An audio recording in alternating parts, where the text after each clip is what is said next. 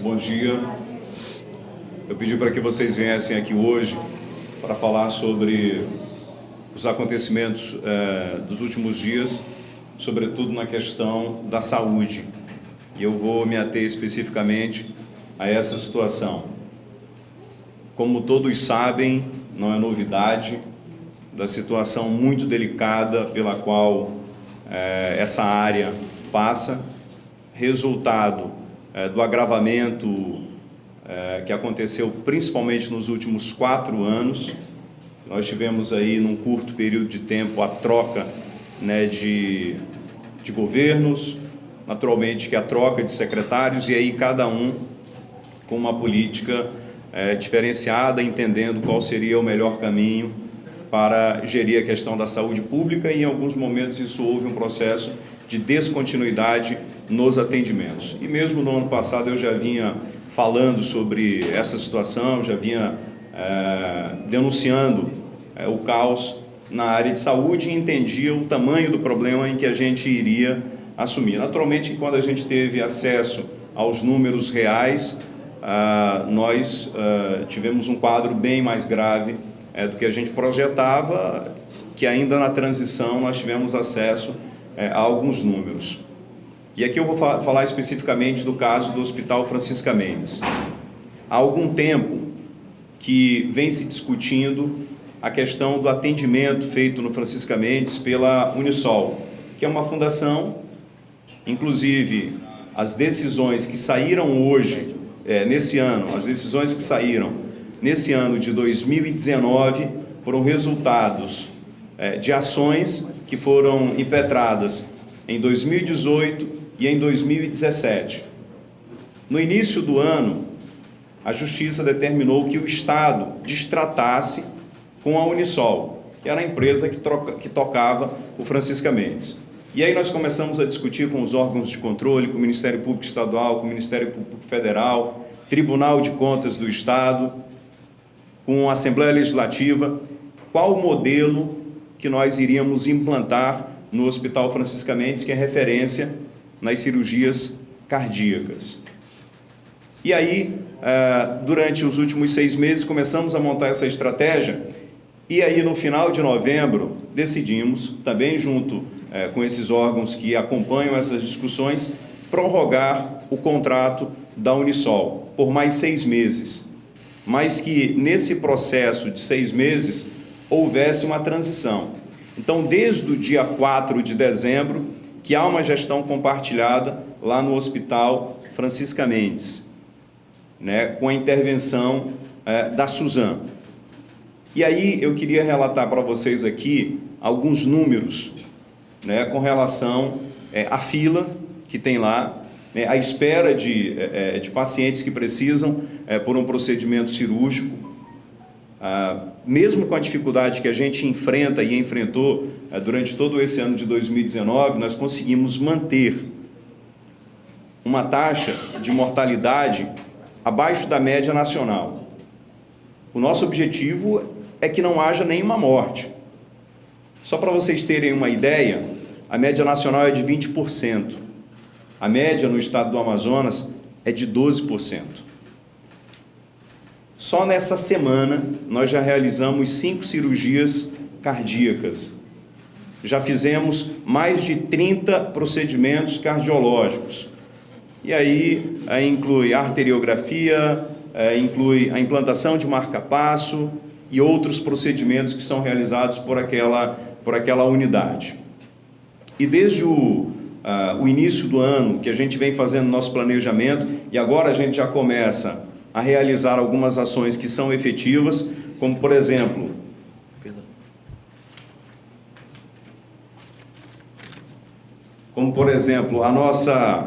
as máquinas de hemodinâmica que estão funcionando. Temos 2 máquinas de hemodinâmica que voltaram a funcionar, e isso aconteceu nos últimos 10 dias. Nós estamos comprando, já neste momento, alguns insumos para a realização de procedimentos cirúrgicos, inclusive comprando ecocardiograma, que uma compra que faz um total de R$1 milhão, resultado de uma decisão judicial. Esse era um recurso que estava contingenciado, estava bloqueado pela Justiça, e a Justiça determinou, né, o desbloqueio desses recursos, e nós já estamos fazendo essa compra. Nós temos hoje 3 salas cirúrgicas que estão funcionando lá no Francisca Mendes. Já vamos iniciar um processo de chamamento público para a contratação de cirurgias cardíacas junto à iniciativa privada. Já temos uma parceria com o Hospital da Criança de São José do Rio Preto, em parceria com uma fundação americana, que é a Fundação Children's Heart Link, em que ela vai operar 4 pacientes do estado do Amazonas por semana. Neste momento, o quadro clínico, os médicos do Hospital Francisca Mendes estão avaliando esses pacientes que irão embarcar para São Paulo. E aí o Estado vai custear as despesas de transporte através do TFD, e lá o hospital vai custear através do SUS e também com o apoio dessa fundação os procedimentos cirúrgicos. Inclusive, essas crianças ficaram lá em média 21 dias no abrigo que é disponibilizado, no espaço que é disponibilizado por essa instituição. E estamos também fazendo uma parceria a partir de janeiro com o Instituto do Coração de São Paulo. Essas são algumas medidas que nós estamos tomando e entendemos que serão, a curto prazo, fundamentais para reduzir esse número que a gente tem, essa fila que a gente tem no Hospital Francisca Mendes. Há algumas desinformações e algumas notas que são publicadas que não retratam a verdade do Hospital Francisca Mendes. Hoje, por exemplo, no hospital não há desabastecimento. Hoje a nossa farmácia está abastecida, não falta nem um item sequer de medicamento nesta unidade, e está pronta para fazer o atendimento de qualquer paciente, de qualquer procedimento. Com relação ao garotinho que foi submetido, a uma criança que foi submetida a um procedimento cirúrgico e que acabou vindo a óbito, essa criança não morreu resultado da cirurgia e não morreu em resultado da cardiopatia.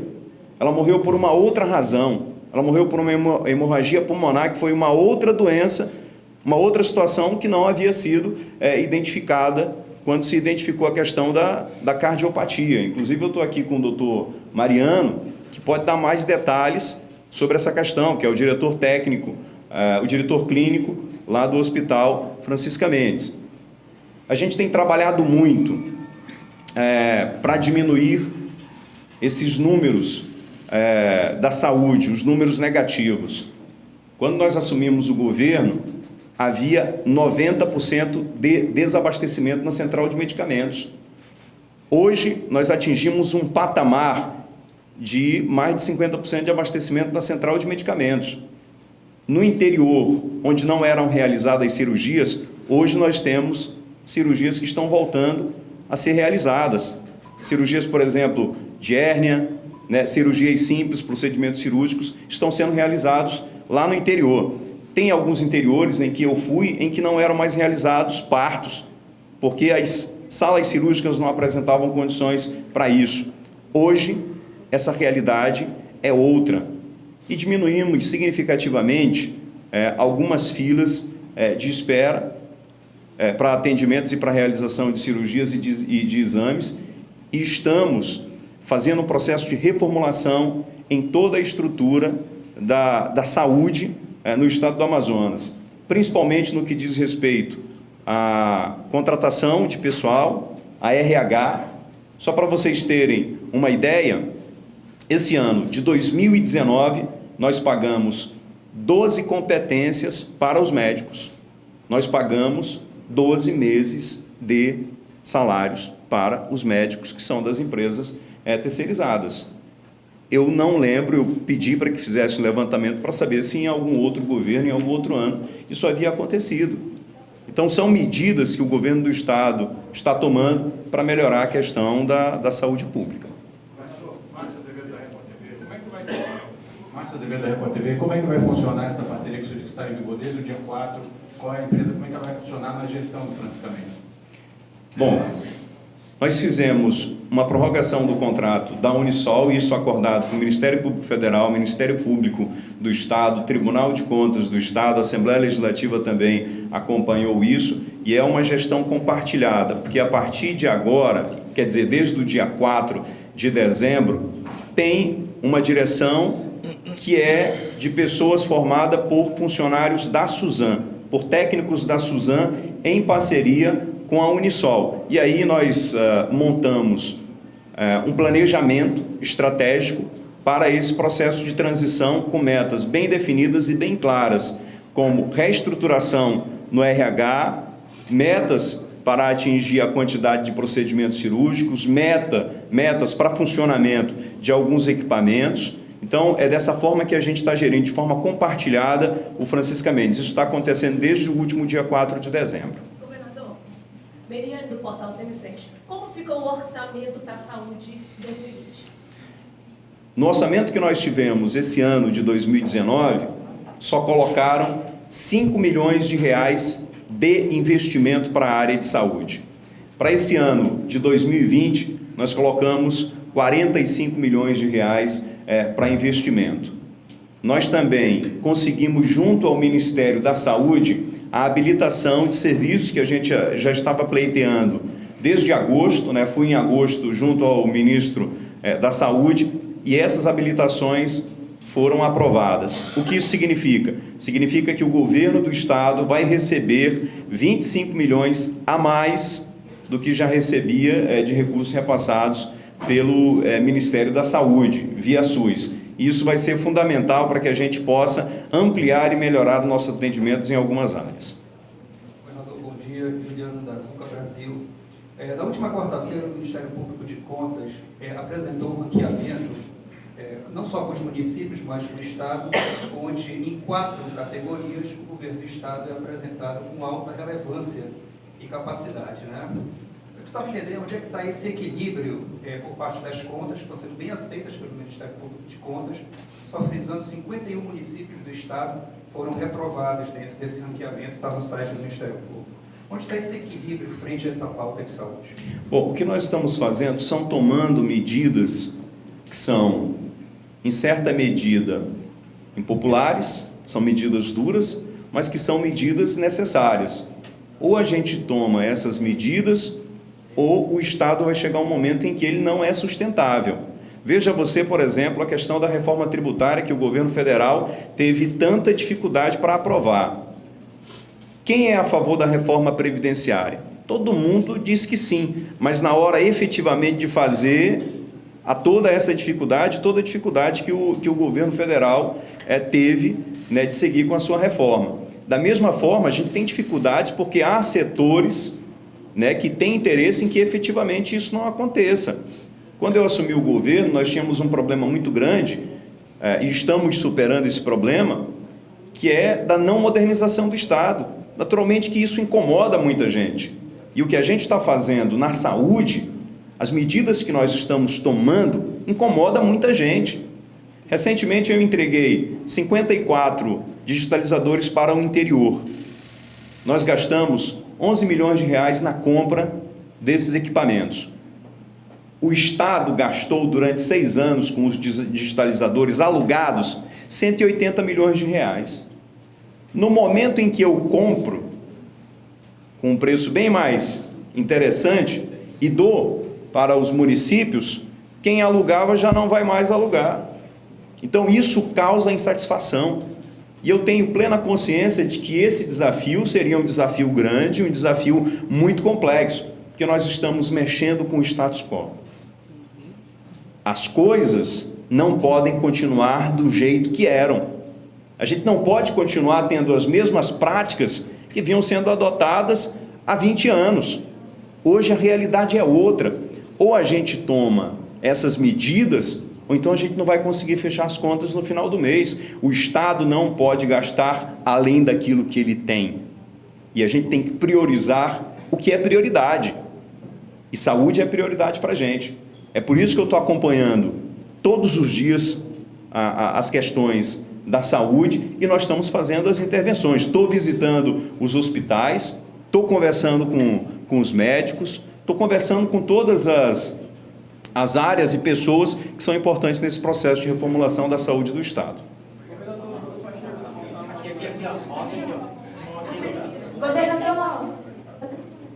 Governador Cintia Brink, portal o Amazonense.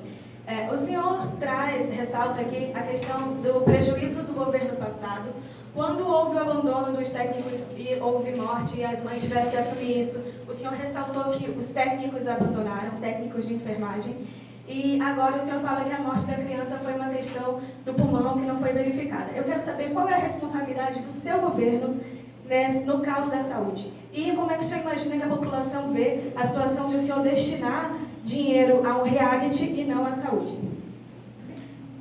Muito importante sua pergunta. Nós encontramos a saúde numa situação bem complicada e numa situação bem difícil. E a gente não muda isso do dia para a noite. Porque se a gente conseguisse mudar em um ano o que foi feito em 4, 5, 10, 15, 20 anos, seria o melhor dos mundos. Nós encontramos a saúde com um déficit de 1,2 bilhão de reais. Qual é a empresa que consegue fazer um saneamento desse em um ano? Eu tenho um orçamento de 18 bi, com um déficit e dívida de 3 bilhões de reais. E não é só na saúde, em outras áreas também. Nós já diminuímos esse déficit para o ano que vem. E nós estamos fazendo os avanços na área de saúde. E isso já é visível em algumas áreas. Não tem como o Estado não se responsabilizar por isso, não tem como eu dizer assim, olha, o Estado não tem culpa nisso. Hoje eu sou o governador e a gente vai ter que resolver essa situação. E aqui em nenhum momento estou fugindo da responsabilidade, né? Nós estamos indo para resolver esse problema. Com relação à destinação de recursos para a saúde e para as outras áreas, cada área tem o seu percentual de recurso. E não tem como a gente ficar fazendo comparações, porque deu 1 milhão para tal, 1 milhão para não sei onde. São situações distintas, né? A questão da cultura, você tem um investimento para a cultura, você tem um investimento para o setor primário, você tem um investimento para a saúde. O nosso grande desafio e o nosso grande problema aqui não é quanto a gente vai destinar para cada área, mas é como a gente vai administrar os recursos que a gente tem. E pode ter certeza que o nosso governo está administrando de forma responsável. Governador, sobre a proposta de impeachment feita pelos deputados Wilker Barreto e Wilson Chagas, eu gostaria de saber se o senhor está passando por algum momento de crise, de conflito com a Assembleia, com o presidente da Assembleia, Josué Neto, e como você está levando essa questão até mesmo de denúncias que os deputados fizeram ontem à tarde sobre estarem sofrendo retaliações em suas famílias por conta desse pedido de impeachment que vem, segundo eles, do Executivo, do governo. Bom, eu pedi para analisar tecnicamente a peça, não há nenhum amparo legal e nenhum fundamento. A prova, mais uma vez, de que tem motivação, tem uma outra motivação que não seja a republicana. Eu entendo o papel da oposição, faz parte do processo democrático, mas os que tentam fazer aí, o que os dois estão tentando fazer, é tumultuar todo o processo, tumultuar toda essa situação. A gente sabe quais são a ligação dos dois, quem era líder ano passado, do governo anterior, o outro também de quem é a liderança. Essas situações são muito claras para a população. E desde o início do ano que eles vêm tentando encontrar artifícios, elementos para poder fazer suas críticas. Então, assim, é algo infundado. Eu entendo que o processo democrático precisa ser respeitado, né? Que a vontade do cidadão, que a vontade do popular tem que ser respeitada. Com relação à perseguição, eu tenho um monte de coisa para fazer na minha vida. Eu tenho um monte de coisa para fazer no governo do Estado. Eu tenho uma estrutura grandiosa para tocar. E eu vou pegar essa estrutura para fazer isso? Não há necessidade de fazer isso. E eu em nenhum momento me prestaria ou vou me prestar qualquer tipo de situação como essa. Agora, vamos interpelá-los judicialmente para que eles provem o que estão falando, né? Do governo do Estado, da minha parte, não há nada nesse sentido. Governador, bom dia, boa tarde a todos aí. Governador André Ricardo, Programa Circuito, Portal dos Três Poderes. Governador, o senhor tem sido muito atacado nas redes sociais, enfim, de uma forma em que os 2 parlamentares usaram aí todo esse lance de impeachment contra o senhor. O que representa hoje vários deputados aqui lhe acompanhando e de forma popular, na linguagem que o senhor sempre usou na sua profissão no passado, o que a gente pode passar para a população de uma forma com relação à saúde? O que realmente vai acontecer para que as pessoas que estão nos assistindo aqui agora possam saber que vai acontecer de forma efetiva e que se ainda vai acontecer até o final de 2019 ou começo de 2020? Olha só, as pessoas que estão aqui são pessoas que entendem a necessidade da gente resolver problemas do Estado do Amazonas. E essas pessoas que estão aqui são pessoas com quem a gente vem discutindo. Tem algumas outras que não puderam estar aqui hoje, mas são pessoas que estão discutindo as questões cruciais do Estado. E a saúde é uma delas. É natural que a nossa posição e a nossa mudança de comportamento e mudança de fluxo em algumas secretarias, em algumas áreas, incomodem muita gente. Porque tem o seguinte, o que a gente está fazendo em termos de avanço não tem volta. O processo que a gente implantou de modernização da Jusceia, o processo de modernização que a gente implantou no Detran, esquece que isso não tem volta. E isso incomoda muita gente. O Estado do Amazonas está conseguindo manter o seu equilíbrio fiscal. Hoje, nós somos referência para a STN, que é a Secretaria do Tesouro Nacional, para o Banco Mundial, para o Banco do Brasil, para a Caixa Econômica e para outras instituições financeiras com quem a gente mantém essas relações, que a gente está conseguindo fazer esse equilíbrio. E, naturalmente, que quem passou muito tempo, aí 10, 15 anos, não fez isso, acaba se incomodando com essas mudanças, que são mudanças significativas que nós estamos fazendo. Na saúde, semana que vem nós vamos apresentar um planejamento mais detalhado, mas nós já temos para o ano que vem a ampliação e reforma do Hospital João Lúcio. Já vamos começar no final de janeiro, início de fevereiro, a reforma da Balbina Mestrinho para aumentar em mais 30 leitos, e nós estamos também trabalhando para ampliar a quantidade, a oferta de cirurgias lá no Delfim Aziz. No início do ano, não era realizada nenhuma cirurgia no Delfim Aziz. Nós habilitamos 40 UTIs, só havia 10. Nós habilitamos 40 UTIs lá no Delfim Aziz. Só esse ano, até novembro, nós realizamos 1.172 cirurgias. É um avanço significativo, diminuímos significativamente a quantidade de pessoas que esperavam uma cirurgia de vesícula e de hérnia, e isso foi realizado lá no Delfina. Governador, Carlos, do Portal da Capital AM. Eu queria fazer uma pergunta sobre o Hospital Francisca Mendes. Queria saber se tem algum dano para a qualificação do quadro técnico que o senhor acha que seja necessário. Eu não entendi a pergunta. Sobre o quadro técnico. Sobre o quadro técnico, deixa eu falar aqui com o doutor Mariano, pode responder. O doutor Mariano é o diretor clínico lá do Francisca Mendes, ele pode falar sobre isso. Pois bem, nós fomos convocados pela Secretaria de Saúde para pôr em ação um plano de recuperação e ampliação das ofertas das cirurgias cardíacas no Hospital Francisca Mendes. Vocês têm que entender que o Francisca Mendes é um centro de referência do SUS para alta complexidade de cardiologia, cirurgia cardiovascular, cirurgia vascular, hemodinâmica e processos intervencionistas, eletrofisiologia e marca-passo. Quando ele recebe essa denominação, quer dizer que esse hospital é a referência para toda a região norte. Todos os estados da região norte, quando têm as suas dificuldades com doenças cardiológicas de alta complexidade que necessitam intervenção, o Francisca Mendes é a referência do SUS para isso.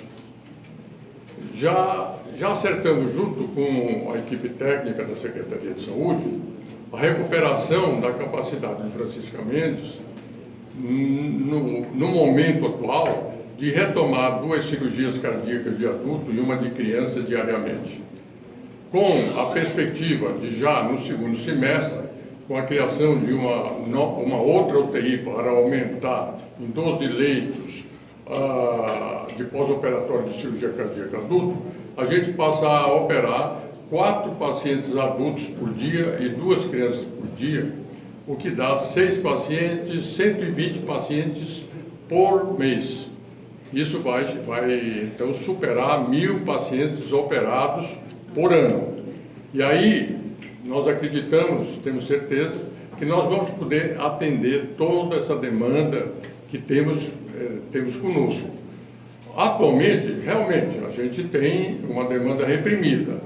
O governo já tomou as medidas necessárias para que a gente corrija a curto prazo essa demanda da cardiopatia congênita através de um convênio realizado com o Dr. Ulisses Scrotti lá em São José do Rio Preto. Isso é temporário, porque logo a gente recuperando a nossa capacidade operacional, não vai haver essa necessidade mais. Isso é feito emergencial por 3 meses, mas depois tudo vai ser feito aqui. Os pacientes que nós vamos mandar não são os pacientes complexos. Os complexos continuam sendo operados aqui, porque não há logística para ficar transferindo bebês de 3 quilos, de 1,5 kg, 2 quilos com cardiopatia complexa. Então nós resolvemos isso aqui. Nós vamos mandar esses pacientes que estão na fila aguardando com cardiopatias de média e baixa complexidade, para acelerar essa fila e dar esse atendimento para a população. Eu gostaria também de abordar sobre esse óbito que houve lá no Francisca Mendes, que isso eu vejo que tem despertado o interesse. Vejam bem, essa criança era uma criança Down, síndrome de Down. Essas crianças com síndrome de Down vêm, muitas vezes, com cardiopatias complexas. Essa criança tinha um defeito do septo atrioventricular com malformação de 2 válvulas cardíacas. Não existiam as 2 válvulas cardíacas e existia uma comunicação ampla entre o lado direito e o esquerdo do coração, fazendo uma mistura constante do sangue venoso com arterial. Essa criança tinha 3 quilos, baixo peso. Então, essa criança precisou ser preparada pela equipe de cardiopediatras para ter condições da correção. Então, houve um trabalho permanente em cima dessa criança, quer dizer, houve esse trabalho permanente, é um trabalho delicado, que é feito não só pelos cardiopediatras, como pelas enfermeiras, pelos fisioterapeutas, pelos nutricionistas, no sentido de essa criança ganhar peso e ter condições de enfrentar uma cirurgia desse porte num bebê tão pequeno. Porque para corrigir uma cardiopatia tão complexa, com máquina coração-pulmão, ela vai ficar 3, 4 horas com máquina coração-pulmão, circulação artificial, e ela tem apenas 3 quilos. Então, um óbito numa criança dessa não é desejado, mas é uma possibilidade de acontecer. Às vezes a criança não tem organicamente suporte para aguentar 4 horas de circulação extracorpórea. Então, foi o que aconteceu com essa criança. Ela foi operada, foi corrigida a cardiopatia congênita e no final da cirurgia ela começou a ter uma coagulopatia, provavelmente decorrente de uma circulação extracorpórea prolongada, que foi preciso fazer. A alta complexidade é feito no Francisca Mendes, é feito no Instituto do Coração Zerbini, em São Paulo, é feito no HCO, é feito no Albert Einstein, é feito lá em São José do Rio Preto, é contado nos dedos. Então, não é uma criança que pode ser mandada assim para qualquer lugar.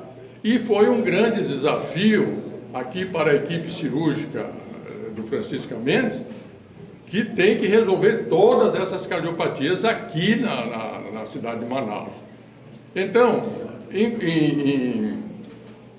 conjunto com a Secretaria de Saúde, já se fez um projeto para 2020, no sentido de a gente adequar com um suporte de imagem e com suporte laboratorial pré- e pós-operatório, para que a gente diminua a taxa de mortalidade de 12% para 8%, e que nós vamos, com isso, ter níveis internacionais. Nós acabamos de ter uma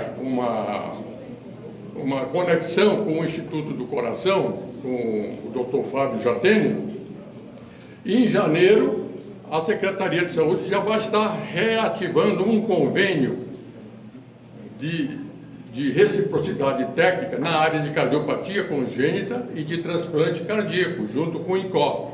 Então, com isso, mais ainda a complexidade dessas cardiopatias, a gente vai poder atender a população. A reestruturação do Francisca Mendes, dentro dessa configuração que ele tem, no momento não há necessidade de aumentar fisicamente. O que nós vamos pôr em funcionamento a área que nós temos disponível. Nós temos 5 salas de cirurgia, 3 funcionam, já há previsão das 5 começar a funcionar. Uma delas vai ficar exclusiva para neonatos, que são esses bebezinhos que nascem com cardiopatia tão grave, que se não operar, ele vai morrer no primeiro ano de vida. Ele não tem condições de sobreviver mais do que o primeiro ano de vida se ele não operar. Isso é um desafio. Desafio nosso, desafio no mundo inteiro. Então, a gente está agora com esse planejamento. Eu espero e tenho certeza que em 2020 a gente vai estar melhor equipado, com todo o hospital, em sua plena capacidade. E fazendo isso, eu acho que nós atendemos essa demanda que nós temos, não só, a gente fala muito em cardiopatia congênita, mas me preocupa também muito a cardiopatia do adulto, porque no adulto nós temos muitos pacientes coronarianos, portadores de doenças valvulares graves, que precisam de tratamento cirúrgico a curto e médio prazo. E nós ainda temos uma fila que nós precisamos domar essa fila. A nossa fila de espera está alta, mas com essas ações que a gente vai fazer, nós vamos diminuir essa fila e vamos deixar ela com uma espera de 1 ano. O planejamento é todo para janeiro? No início do ano que vem já? Sim, já começa o início do ano que vem. A gente já está se preparando para fazer os mapas cirúrgicos de 2 cirurgias de adulto e 1 de criança diariamente. O suporte de suprimentos é muito importante para nós. Quer dizer, a gente tem que ter as condições de fazer a cirurgia, mas o suprimento tem que ser constante para manter um volume cirúrgico adequado. É como um exército. O exército avança, se o suprimento não funcionar direito, ele vai ficar sem condições de avançar, ele vai ter que parar. Então, o suprimento, não só os medicamentos, como o material que usa, como as órteses e próteses específicas que usam, tem que ser um suprimento constante para não haver interrupção do atendimento. Esses pacientes, mesmo esperando, são pacientes que não querem operar em outro lugar. Eles querem operar no Francisca Mendes. Porque o Francisca Mendes, sendo um hospital público, é um hospital público diferente. Quando você está no Francisca Mendes, você sente que está até no hospital privado, governador. Nem parece que é um hospital é um hospital que trata com humanização o paciente. Nós temos lá o Clube do Coração, que congrega reuniões semanais com os pacientes, e onde os pacientes podem falar livremente seus problemas, suas reclamações, seus anseios. Esses pacientes, só para terminar, esses pacientes, eles reclamam que está demorando um pouco, mas quer ser operado aqui. E isso é muito importante. Então, essa capacidade, com essas ações que a Secretaria vai tomar, eu acho que a gente vai conseguir, e isso é que a gente está torcendo. Obrigado, doutor. Governador, 2 perguntas. Diante do quadro que o senhor e o diretor do Francisca Mendes colocaram aqui para a gente, o senhor julga necessário fazer alguma alteração na gestão da saúde hoje? Troca de nomes, criação de uma força-tarefa, enfim, algo que vocês tenham pensado nesse sentido. A outra pergunta é que eu queria saber se o senhor pode garantir hoje, agora, que a partir de hoje nenhuma criança mais morre no Amazonas em função de um mau atendimento ou não atendimento adequado na saúde. Olha só, com relação à questão do paciente que foi noticiado ontem que morreu, ele não morreu por falta de atendimento. Entendeu? Eu perguntei se o senhor pode garantir que nenhuma criança mais vai morrer em função de não atendimento ou mau atendimento na rede estadual. Essa é a pergunta.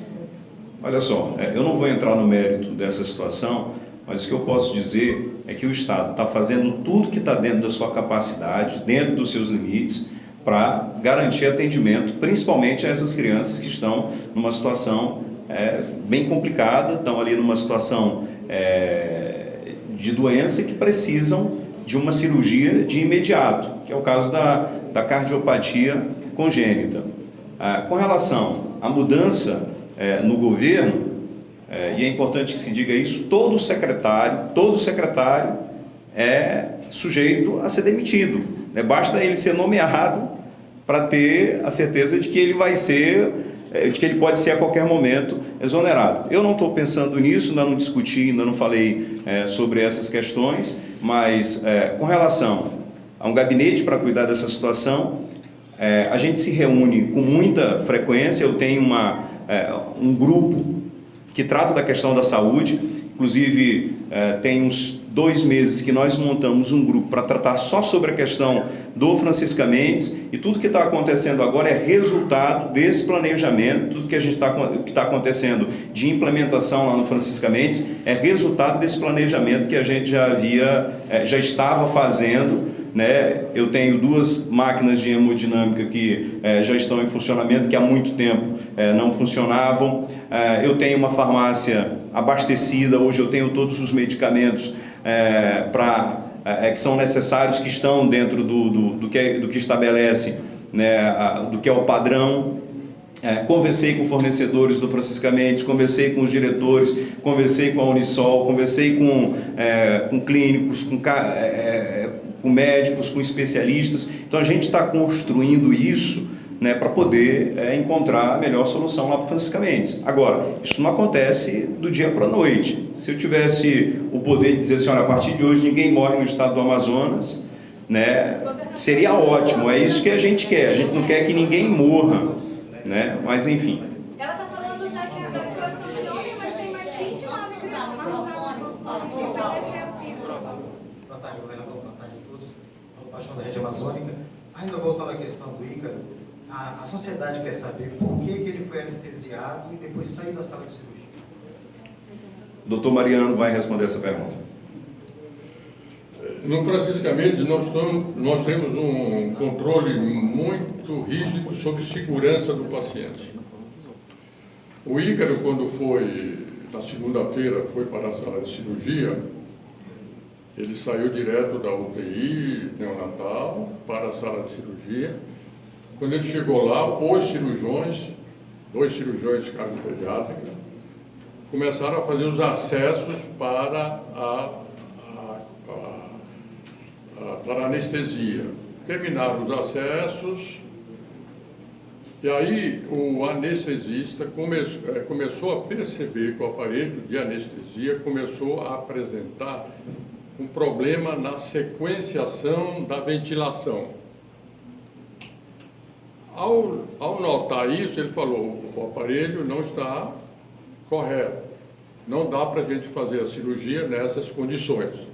Nós fomos chamados lá, vimos, ele tentou ver se resolvia, não resolvia, era um problema um pouco mais sério, então nós interrompemos o procedimento, quer dizer, não começamos a fazer o procedimento porque não havia segurança. O paciente voltou para a UTI neonatal, não realizou por causa disso. Esse aparelho foi chamada manutenção especializada, eles fizeram o cheque e consertaram, e na terça-feira à tarde comunicaram que o aparelho estava pronto para ser utilizado. Aí o bebê voltou na quarta-feira para ser operado. Então, eu quero que vocês entendam que isso é normal e isso é o que tem que ser feito. Se você, antes de começar uma operação, você detecta, é como no avião, se você detecta que algo no avião, no checklist, não está funcionando bem, você aborda a decolagem. Você não vai tentar decolar o avião com um defeito que pode comprometer e fazer o avião cair. Foi o que aconteceu. Aí, detectou um problema no aparelho de anestesia, interrompe o processo e o bebê volta até que conserte o aparelho. Então, isso é normal. Não houve prejuízo para o bebê, a não ser esperar mais 2 dias. Isso também não é por esperar 2 dias que o bebê vai morrer. Não é assim. Ele vinha já na UTI, ele continuou mais 2 dias na UTI, retornou e aí foi operado com segurança. Esse checklist que nós utilizamos é um checklist que foi tirado da aviação. Antes de realizar os procedimentos, a gente vê se está tudo funcionando e se tem tudo que nós vamos necessitar à disposição. Doutor, esse aparelho foi desligado incorretamente? Vocês perceberam isso ou não? Senhor? Se esse aparelho foi desligado incorretamente, para que ele funcionasse assim de forma... Sim. Quando o anestesista chega na sala, a primeira coisa que faz é checar se o aparelho está funcionando bem. Então ele faz a checagem e prepara tudo ótimo. Aí chega a criança, o aparelho já foi checado, fez esse checklist pelo anestesiologista, aí ele procedeu à intubação e começou a ventilar. Os cirurgiões fizeram os acessos venosos e arteriais no paciente. Quando já ia começar, aí o aparelho começou a apresentar um problema. Apareceu, no checklist não tinha dado nada. Começou a haver um problema. Aí ele falou, estou tendo um problema, não dá para a gente continuar. E aí foi abortada a cirurgia para resolver isso. Porque se a gente tivesse feito a cirurgia com esse problema, provavelmente poderia haver repercussões. Não foi feito. Aí abortou, volta o bebê e a gente vai quando tiver tudo pronto. Foi feito. Na quarta-feira passou por revisão técnica e tudo ok, foi feito o procedimento. Então, eu acho que o nosso serviço de segurança funcionou bem. Não houve problema. Agora, como eu falei para vocês, a intercorrência de uma hemorragia como essa, utilizando máquina coração-pulmão, é rara, mas acontece. Nós já tivemos casos também, não só desse bebê, inclusive de pessoas adultas com 23 anos, com cardiopatia congênita, que a gente operou, fez uma correção em 24 minutos só de coração-pulmão, coisa simples, tal, e aí começou a haver uma coagulopatia e o paciente sangrou, e nós não conseguimos corrigir isso. Aí vocês vão perguntar, mas como? A explicação é a seguinte, a circulação extracorpórea, você desvia todo o sangue do paciente para uma máquina, através de tubos artificiais. Então se estabelece uma circulação artificial, isso dá uma reação muito grande no organismo, uma reação inflamatória em todos os órgãos. E cada organismo reage de uma maneira. Em casos raros, distúrbios de coagulação menores acontecem e a gente corrige. Mas tem casos mais raros, como esses, que o distúrbio de coagulação leva a hemorragia incontrolável. E a gente perde o doente por hemorragia. Entenderam? Nós temos mecanismos de combater isso. Numa pessoa normal, para terminar, uma pessoa começa com 240 mil plaquetas no sangue, no fim do procedimento da cirurgia, você vê a plaqueta está em 60 mil. É consumido fatores de coagulação na circulação extracorpórea, e faz parte do procedimento. Entende? É um procedimento de alta complexidade. Governador, parabéns pelo senhor ter Só mais uma pergunta aí para a gente encerrar. Certo. Parabéns pelo senhor ter o doutor Mariano Terraças na sua equipe, inclusive está me assistindo no momento, e eu estou indo muito bem, viu, doutor? Hoje de manhã, o Josué Neto fez um café da manhã para os portais, e compareceram apenas 4 deputados. Terezinha Ruiz, Maiara e os seus dois opositores, Denilson e o Hilber. Agora o senhor está trazendo quase 50% dos deputados. Como é que está essa rosca, essa crise entre o Executivo e o Legislativo, já que um precisa do outro? Bom, não tem crise entre o Executivo e o Legislativo. A gente sempre teve uma boa conversa e tem mantido uma boa conversa com o Legislativo, e é tanto que a gente tem encaminhado projetos significativos para o Estado do Amazonas. E aqui eu estou conversando com os deputados para que a gente possa encontrar soluções para esses problemas. É isso que a gente está fazendo. E aqui o fato de estarem aqui ou de não estarem lá não tem relação com essa situação, pelo menos ao que me consta. A gente tem discutido esse tema de forma exaustiva, tem reunido aqui com os deputados, e eu não imagino que tenha alguma relação com isso. Bom, só... O senhor responderia só a pergunta do Caio? Tá. Caio, da TV Encontro das Águas. Governador, com todo esse cenário da saúde, muita gente está se perguntando a respeito do pagamento das cooperativas. O senhor tem alguma notícia para tranquilizá-las? O que acontece? Nós estamos pactuando com as empresas e também com as cooperativas. Inclusive, nós fizemos acordo com essas empresas para o depósito, inclusive junto com o sindicato, né, de enfermagem, juntamente com o Ministério Público do Trabalho, com o Ministério Público do Estado, para fazer depósito judicial para pagar 2 competências desses servidores. Nós já pagamos a primeira competência e vamos pagar agora a segunda competência. E nós estamos trabalhando para fazer a contratação direta desses servidores. Já está tudo encaminhado e a expectativa é que a gente comece a fazer isso na semana que vem. Na semana que vem nós devemos começar a fazer a contratação direta desses servidores dessas empresas. Com relação à questão ainda da saúde, a questão da cardiopatia congênita, geralmente ela é identificada na gravidez ou assim que a criança nasce. E muitas das crianças que nós recebemos lá no Francisca Mendes, a mãe não teve um pré-natal, né, adequado, às vezes nem teve a oportunidade de ter o pré-natal. Muitas das mães têm seu bebê sem saber ainda o sexo, sabe na hora que nasce. Então é resultado de uma atenção básica, uma atenção primária muito deficitária. Boa parte dos pacientes que hoje estão no leito de UTI é um doente crônico que agudizou pela falta do seu medicamento. Então, por exemplo, alguém que tem um problema de diabetes não conseguiu a sua insulina lá na unidade básica de saúde. Ou alguém que teve um AVC, tem problema cardíaco, não teve o seu remédio lá para pressão. Teve um AVC, ocupou um leito de uma alta complexidade. Então é importante ressaltar essa questão da atenção básica, que a gente acaba recebendo esses casos e acaba sobrecarregando o Estado quando não há essa atenção.